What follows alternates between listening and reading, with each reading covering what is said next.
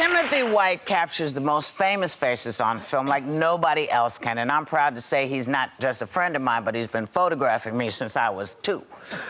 For his new book, Match Prints, he's collaborated with late photographer Jim Marshall to put generations of celebrities side by side. Please welcome my friend Timothy White. Gorgeous picture that is of you. Can we see that again? What a gorgeous picture. You and Whoopi go way back. You've been shooting her since the early 90s. Now, we know why we find Whoopi compelling. Why do you find her so compelling to shoot? There's an interesting question. Because she's a collaborator, because she works with me, yeah. She's interesting. She has her own look. Absolutely, and it's always different every time I'm with her. Do you enjoy posing for pictures, though, Whoopi? Only for Timothy, because he'll let me do it. Like, this is my favorite. You'll always see one picture of me with my back, because I feel like people don't always need to see my face. They know who it is. Yeah. They know who it is from behind, from the way that I'm standing, from the slope of my butt, and from my hair. Have you ever done a nude for Timothy? I don't do nude for anybody. Because though I know Timothy would never allow anything to happen to it, you just never know. And you know, in the old days, they had to print them.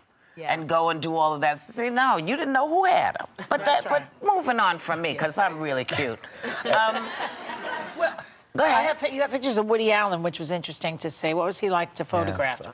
Well, this is actually a comparison from the book. I can't believe that he's smiling in that picture. I don't think I've ever seen him smile in a shot. From the magazine. They said we want him smiling. I got 2 frames. Jim Marshall took the picture. Jim Marshall took the one on the left in 1963, and I shot Woody in 93. So 30 years later, he looks the same. But that's what's so interesting is the contrast of the Interesting similarity. how he has emerged. Who's like in the cocoon there.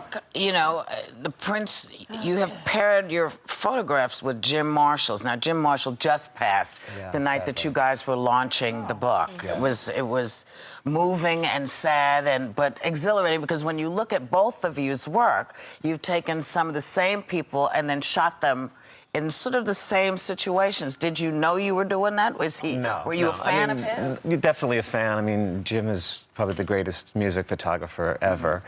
We were friends for rock stars. Mostly, well, a lot of jazz as well. A lot of jazz. Okay. But we knew each other for 20 or so years, and over that time, we started looking through and exploring our photographs and comparing and sharing, and we found all these similarities. Jim Morrison and Robert Mitchum. Yeah, well, one of the famous is Jimi Hendrix setting his guitar on fire. That's what Jim Marshall took. That's 67, and you matched it with one you took of Eddie Van Halen in 1988. Yeah, I mean, Jim's photograph is probably the most iconic rock image ever. Because it says it all.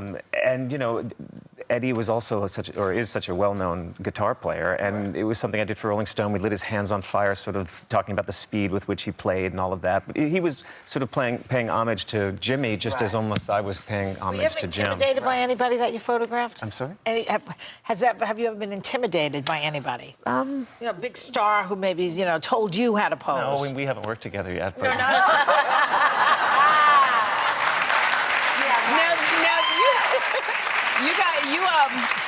Jim captured Aretha Franklin at the beginning of her career, and then you photographed Aretha in the late 90s. So what was it working with Miss Aretha? I mean, Aretha is the queen of soul. I like that shot of her with the dress. That's gorgeous. That's your shot with her in the dress. And to have her sing for me, I mean, that's what it was about. It's about capturing a moment. A little interesting story that day, Aretha had a tooth missing. And I don't know what was going on, sort of on the side and the front, but it was very obvious. And I said, what are we going to do? And she said, you don't worry, go back to your camera. And she was chewing gum, and she sort of filled it with her gum. And that's a diva. But you know, you don't just do two earlier and later of the same person, but you paired Jim's photo of Bob Dylan, which was in 1963, with a picture of Julia Roberts. In 1998?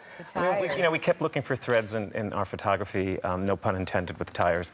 But, you know, this was early in Bob Dylan's career when he was loose and playful and all of that. And, you know, this was a little playful moment with Julia. It was also, you know, Julia was so glamorous, and here she was in this setting that wasn't. Right. Let me ask you, tell us the story between Jim's photo of the Grateful Dead and your photo of Metallica. Explain this, please. With the connection in the book? Yeah. I mean, it was kind of 2 bands from San Francisco, really. But no, I mean, I think it was 2 bands sort of at the height of their careers. at different times. I mean, when I went to shoot Metallica, it was in a small suburban town in Ohio, and I didn't know what to do with them. And I went to a police station and said, you know, could I come in here and do pictures? And they were, yeah, come on in. So. Well, I tell you, you know, for me, you're one of the all-time great photographers. And if you don't trust me, check out the Poise stuff. All that Poise stuff that we showed you a month ago, he shot. I mean, this is a well-rounded cat. He's amazing. So thank you for coming to The View. We love that you were here. And we're going to go and come right back because we're that bold. Thank you.